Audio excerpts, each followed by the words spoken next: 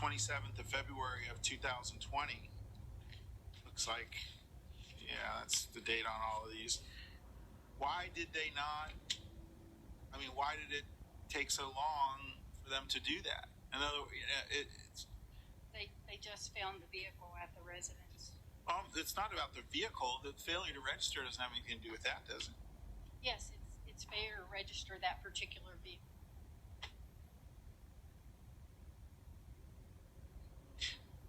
And even though it's in his wife's name, paperwork he received and the law requires him. Yeah, but, again, it's from August. No, I'm going to leave the bonds in place. Your Honor. He also has an open case out of Osceola. It's a 2019 CF003928. Will you be taking any action on that one? Is that one of these? It's one of these, Your Honor. It's the same. It's the same impersonating accusations that we're dealing. What was the case again? Case number again? It's an Osceola case, 2019 CF003928. Yeah, I don't have that. I didn't get that. So I'll and it's the same. Is it from the same time? It's Yes, the same offense. All right. I'll leave that in place as well. Thank you, Your Honor. That's all I have before the court. Be safe and be well, Judge. Thank you. Thank you, Your Honor. Have a Yeah. Everything stays the same.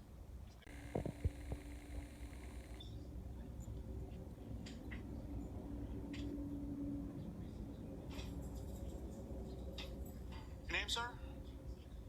I'm sorry, Jeremy Charles Dewitte, Your Honor. Now, Mr. Dewitte, you're here today because you're arrested on an arrest warrant for a sex offender violation failing to register as required. Bond on that is set at $1,500. Yes, sir. You're also out on bond on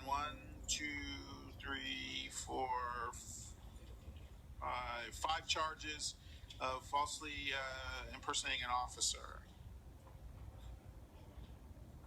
I assume that's what your attorney wants to talk about. Morning, Your Honor. Amir Ladan on behalf of Mr. Dewitte. We represent Mr. Dewitte on all of those cases. I don't know if the court is familiar with those cases or not, but Mr. Dewitte owns a funeral escort service, Metro State, and that is the foundation of the charges of impersonating. Those are all being litigated right now, primarily before Judge Roach. Mr. Dewitte owns about 24 vehicles, all of which are registered with the Sheriff's Office. The vehicle in question, I believe, may be registered to Mr. DeWitte's pregnant wife, which may or may not have been updated with the Sheriff's Office. I don't know that yet, but the vehicle that is in question has been at the residence for several years. It's not a new vehicle. It's not a vehicle that was surreptitiously put there. So I think that's something that can be readily resolved at some point. So we'd be asking that the court continue with the bond as stated and allow him to be released as to the holds that are on the balance of those charges so that we can deal with this appropriately. His wife is about 6 months pregnant and has had some complications on a prior pregnancy, which she lost. And so we really appreciate the court's consideration in releasing him so he can continue to tend to her needs as they go through this pregnancy. See? Yes, Your Honor. The defendant has 5 felony convictions in Orange County, has violated probation or community control on 4 prior local cases. He has a federal conviction in 2003 for conspiracy to make false statements in application of a passport.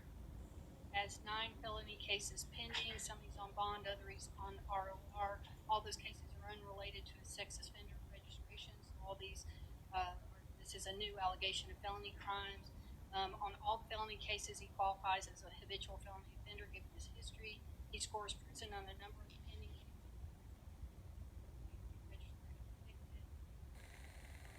states requesting that the bond be revoked on his prior cases given the new law violation.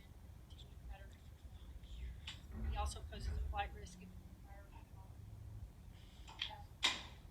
We're losing audio on the prosecutor, Your Honor. I think she just needs to get closer to the mic, yeah. You can stay seated if it's easier to stay close to the mic. So the state is requesting his bonds be revoked on his prior cases, giving the new law violation continued pattern of criminal activity, and he also poses a flight risk given his prior fraud convictions regarding the passport and that he's facing substantial prison time.